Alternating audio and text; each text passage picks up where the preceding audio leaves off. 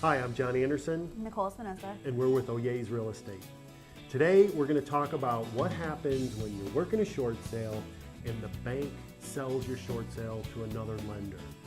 For example, we've seen this many times where Bank of America, we're working on a short sale with them, we're very close to approval, or we even have approval. They'll issue the approval letter. Yeah, they've issued the approval letter, and they sell it.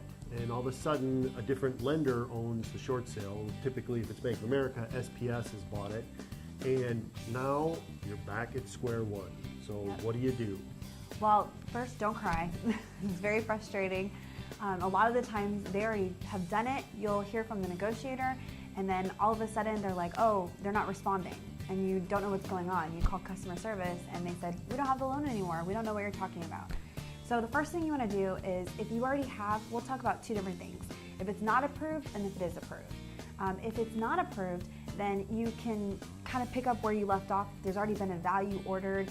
You'll have something to go off of. So you'll of course need to find out all the information with the bank. You'll need to get a new letter of authorization because it will not transfer. A lot of the times you'll have to have the borrower call in because there'll be a brand new loan number because it's totally different now, right? Because it's a new servicer. So you'll have to get the borrower to call in, get that loan number, fill out a new letter of authorization, send it into that servicer, and try to pick up as where you left off. They're going to need all new documents. So you're going to need a whole, different short sale package with the hardship, financials, things like that. Will they reuse any BPO or appraisal? Yes, a lot of the times, to save the cost, even though the banks can be very redundant, a lot of the times we'll tell them, listen, this is the value that depends on where you are at the short sale.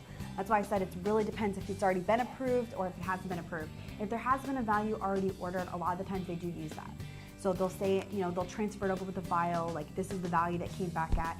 I think the most frustrating part is when you're in the middle of negotiations. We've had a loan got transferred, and they said, we're going to give you an approval letter, and then the negotiator just stops answering. And we find out that the reason why we never got the approval letter is because it got transferred. So that would probably be your most frustrating point, but you have that as leverage for the new lender. Okay, so what happens if you do have an approval letter and you find out the loan has been transferred or sold? Okay, if you do have an approval letter, this is probably easier because you have everything in writing on what the bank has approved. So you'll send over the approval letter. You'll still have to send some documents in, like the HUD that got approved, the hardship letter, whatever else the new servicer requests.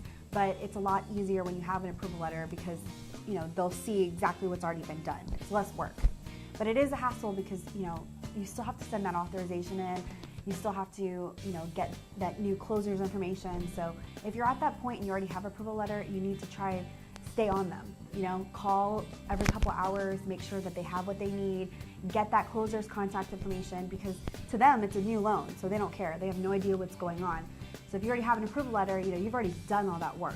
You want to make sure that you get that information. So, bottom line, if your loan has been sold or transferred, all hope is not lost.